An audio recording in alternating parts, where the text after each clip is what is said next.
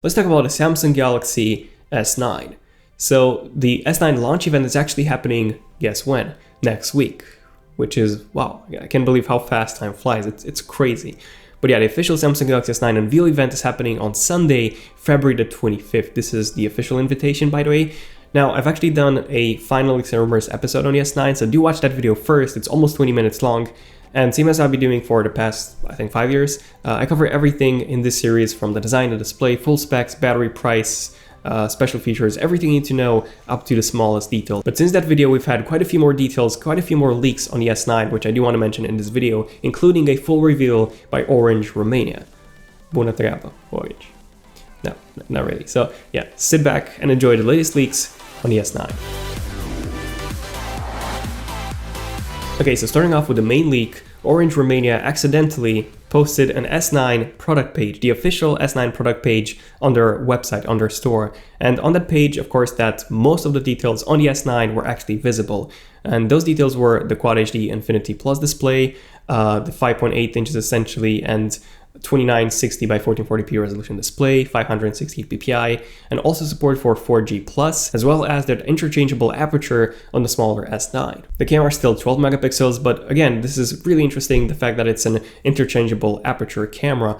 Now, this is something that we've seen leaked before, so essentially the larger S9 Plus will be getting a dual camera module, same as the Note 8. However, the smaller S9 will be getting a single camera module, but with an interchangeable module, so an f1.5 or an f1.5 and an f2.4 aperture essentially, so both of them. Now, in case you're wondering why that might be, well, we don't know exactly, because obviously it hasn't been released and Samsung hasn't said anything about this interchangeable camera module, but my guess and the most logical reason for Samsung to include this is because of the portrait mode / bokeh effect. So since you have two actual different apertures, that bokeh would actually look much more realistic than the digital processed one that you get from the Pixel 2 or even the iPhone 10. And of course that with the dual camera module on the larger S9 Plus, you would actually be able to zoom in twice or maybe even more, essentially optical zoom without losing any quality, which would be missing from the smaller S9. Now, on that Orange leak, there were quite a few false details which I do want to mention. So, for example, they mentioned 3Touch as being on the S9, which of course is false because that's Apple's naming scheme for their pressure-sensitive displays.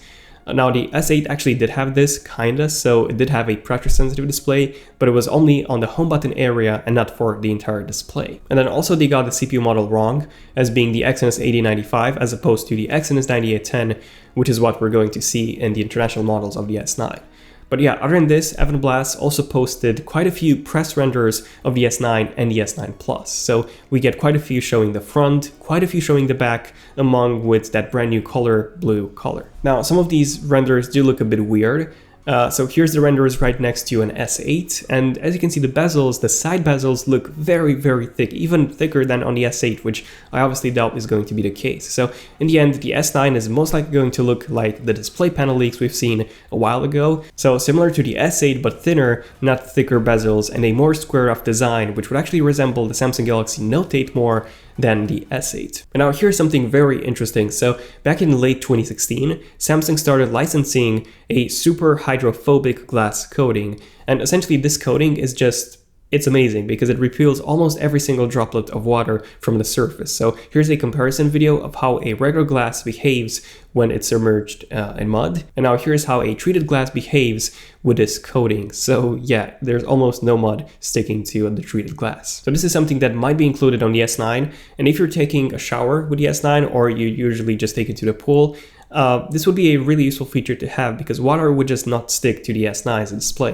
and you'll be able to use the S9 straight away without you having to, find a towel and wipe the water off. So this is a really useful feature to have.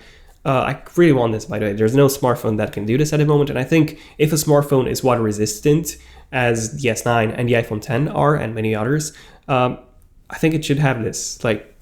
They should have had this from the S7 Edge, for example, and the S7. But other than that, we've also had the leak showing the updated Dex Dock. So this was posted by Evan Blass, and it might just be called the Dex Pad. Now, the main difference, you can probably tell that, this one is actually sitting flat instead of being, a dock, hence its pad name.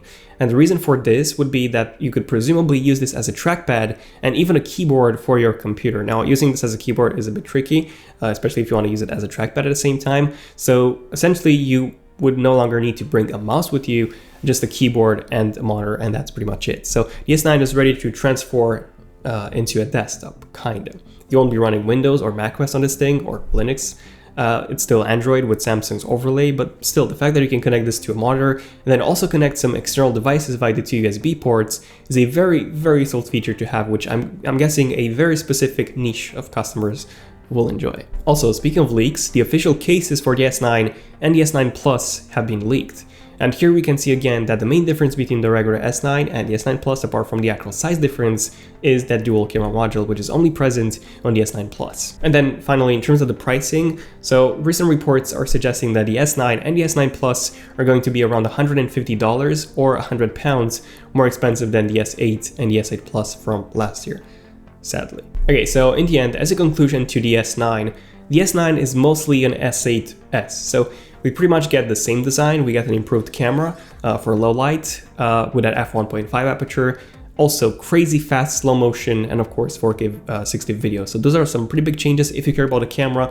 We also get improved performance, but sadly it still comes with 4 GB of RAM, the regular S9, and we do get 6 GB of RAM, so same as on the Note 8, but that's on the S9 Plus. Now this is usually okay for a smartphone, but keep in mind that Samsung's overlay, so Touch, which is now called Samsung Experience, but anyway, Samsung's overlay is the heaviest overlay or skin on any Android smartphone. So say hello to lag, say hello to bloatware, and say hello to, or pretty much goodbye to updates. Well, that's unless Samsung decides to heavily optimize their skin for the S9.